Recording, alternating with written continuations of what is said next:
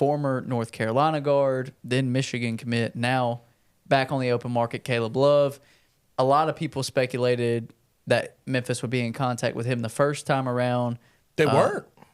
Well, according to Parth, Parth said they were not. Yeah, Parth Upadhyay from the Daily Memphian. From the Daily Memphian said that he spoke with Caleb Love's father and that Memphis never made contact, which is pretty shocking.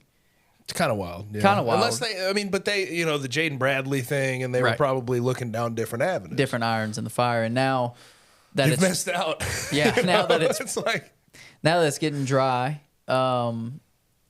the camp said, I believe it was Caleb Love's camp, said they do expect Penny to reach out, or they do expect Memphis' staff to reach out. I don't know if they have yet. It was a busy weekend. Your boy wasn't on his phone all that much. I mean, I've heard the same things, that the plan now is for them to reach out and they're going to make contact. But I'm surprised he didn't do it the first time around. You need to have your options open. You can't count on things going your way all the time, right? And what's funny was, if you look back about a month ago, probably at this point, maybe 3 weeks ago, there was speculation that Caleb Love was going to leave Michigan. Yeah, well, yeah. And he said, I will be playing at the University of Michigan next year. Fast forward a couple weeks, and on Friday he decommits. What's funny about that is it was all academic based. He couldn't transfer the same credits over from North Carolina to Michigan. So for him to he's going through that at that time where he ended up tweeting that out without any guarantees that his credits were going to transfer over, and they ultimately didn't. But apparently it's hard to get in Michigan. Michigan's been having trouble Papa with Conte that. also. Papa Conte couldn't get in at Michigan, and now he just where did he commit? Pitt today. There we go. Yeah, committed to Pitt. But Michigan, before we get into the Caleb Love thing, Michigan is, what are they going to do? Bufkin gone, Jett Howard gone, Connor Dickinson gone. You're not going to have Caleb Love. Yeah. No Papa Conte. Yeah, Juwan better get going, man. Yeah. Because they had a bad year this year. But talking about Caleb Love and the Memphis connection, what would Caleb Love at Memphis look like? Do we like the fit, looking at what Memphis has right now? Okay. And and for the sake of this, because we know how convoluted this is, let's just say, for argument's sake, to make this flat, simple, easy, no Mikey Williams, no J.J. Taylor. Okay, that's cool. That just makes it easier. Yeah, I'm not saying that that's picture. happening. It just makes this conversation easier. So I want to start by saying I think there's a lot of people out there when the Caleb Love idea comes up and they say he's a chucker. Yeah. He's not efficient. Right. I don't give a damn. Right now, beggars can't be choosers. Mm-hmm. And he's the best guy out there right now to be a veteran presence in the backcourt. Yeah. So, I mean, he's a 16-point-per-game guy. He's got to shoot better than 29% from three. He's got to do better than that.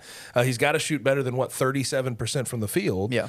We've seen him be able to do that. But last year at North Carolina, he had his issues because there was just that whole program was just sort of just didn't work. Whatever they had going just didn't work last year. It didn't work out. But no, I think he'd immediately be your main scoring presence on this team immediately. Yeah. And he'd probably be your lead guard handling the ball alongside Caleb Mills. Yeah. So I hear people talk about his inefficiency and everything else. To hell with that.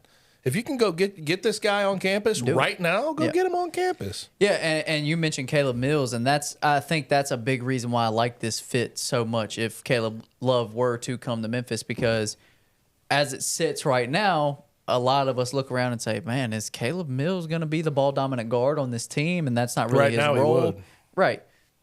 So the fact that Caleb Love could be a potential option, I think it really elevates Caleb Mills' game. It takes him off the ball. It puts him where he's comfortable. It allows him to move off ball in that two-guard role, which is what Caleb Mills is. And then in situations, you can have, Caleb Mills handling the ball, bringing the ball up the floor with Caleb Love playing off the ball. Yeah. There's just a lot of possibilities with that backcourt that I really like. And then I think Caleb Love opens up a lot for some of these other guys that you've brought in with Jonathan Pierre and TFAO Leonard. And I really like what that fit would look like next to some of the guys that they've gotten already. So I know it's not crystal clear, smooth picture if Caleb Love comes. I know he's not a perfect prospect by any means. I know, he's not perfect. I get that. He has his issues just like any other player. But I think for what's left right now, it's as good as you can do. It's as good. I mean, like you said, it's a 16-point-per-game scorer. He's probably would be the leading scorer on the team, and you need that presence. We've been talking about that for 3 weeks now. Where is the... And dude has 4 or 5 years of experience now under his belt. Right. I mean, what more could you really ask for? Even when he was on the open market, considering out of high school he was sort of in contact with Penny Hardaway in the Memphis program, like I figured he'd reach out then, and I thought that would be a good option. Yeah. So like, I don't think there should be any hesitancy to go say, at least pick up the damn phone. Right. Right. And say, what's up? What does it take? Yeah, what does it take? I would gauge, 100%. I would gauge the interest there because it makes too much sense. It's a guy that's now looking for a home with a team that needs a point guard, and not only do they need a point guard or a primary ball handler, they need a legit scorer. And here's the thing: you're not investing in a guy that's going to be here for 2 to 3 years. I mean, and most of the guys you bring in are usually 1-year rentals. Maybe not now with, what's his name? Jonathan Pierre is going to have a couple years. Yeah. All the guys TFAL pretty much have a couple years. Right. So it's not that. It's a 1-year rental. And if it doesn't work out, it doesn't work out. But at least you tried. At least you can say, you put something there. At least I did all I could to try to bring in a guy to potentially be a scoring guard for us and fill our backcourt. If nothing else, to me, and this sounds like simple and straightforward, but he elevates the overall ceiling of the team more than most guys I can think of. And we talked about this with some other players. We talked about it with Jaden Bradley. Like, how much does he raise the ceiling? How much does he raise the floor of this team? Like, where does it put them? Does it give them a safer floor but not as high of a ceiling? But, all that talk. I don't necessarily know about the floor, but I definitely believe it gives them a higher ceiling. I think it raises their floor, too. I mean, I don't know how yes, you can look at it and not say... Yes, in theory. But I would say it has a more obvious impact on the ceiling because of if he puts We've seen this dude in the Natty. Right. He played in the Natty and two years ago. if he puts some things together, if he cleans some things up, if he's a little bit more selfless, if he passes a little bit more, if he is a little bit more efficient in his shooting, and they are able to get him some more open looks and just pull the reins back on him a little bit, what that could do for the overall ceiling of the team with him, Caleb Mills, TFAL Leonard, Nick Jourdain, some of these pieces that we really like that they put together, that's a really big building block for what's already been put around him. 100%. I love the thought of it, and I know you have people on both sides of the fence, as you always do. But I just don't see a world in where this isn't a good idea. I agree. But it's funny because you talk about both sides on the fence. I don't understand one side of the fence. I don't either. Saying, oh, no, he's too inefficient. He still scores 16 points per game. He still can give you a lot of offensive production. Yeah. He's still sizable enough to fit into some of the defensive schemes that Penny wants to run with his backcourt members. Like, he can distribute the ball a little bit when he's not chucking up shots. Right. I don't get the side that says, well, I as a player, I just think he's, the IQ isn't as high, the efficiency isn't there. Yeah. To hell with that. You don't have anybody right now. Jalen Young's your starting point right now. Right. You got to make a move. If Caleb Love's better than Jalen Young. Yes.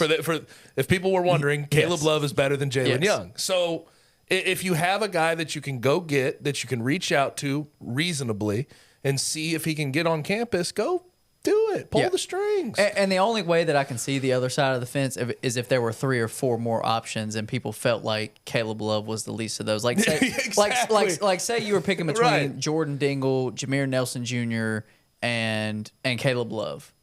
Yes.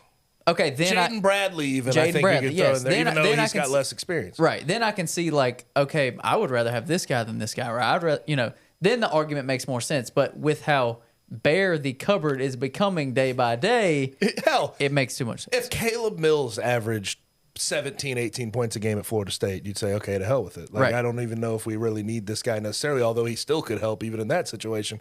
But you don't have the creation theoretically right now. You don't have guys that are just going to create for themselves consistently. Maybe Jonathan Pierre could be that. Maybe TFAL, if he unlocks something offensively, could be that. But you don't have that in theory right now, and that's the guy who could go do it for you. Now, all this being said, I think Mizzou is probably the most reasonable thought process for Caleb Love, right? That seems to be the outside thought. I mean, I don't have any intel on Caleb Love. He's from St. Louis, Christian Brothers, right? He went to CBC.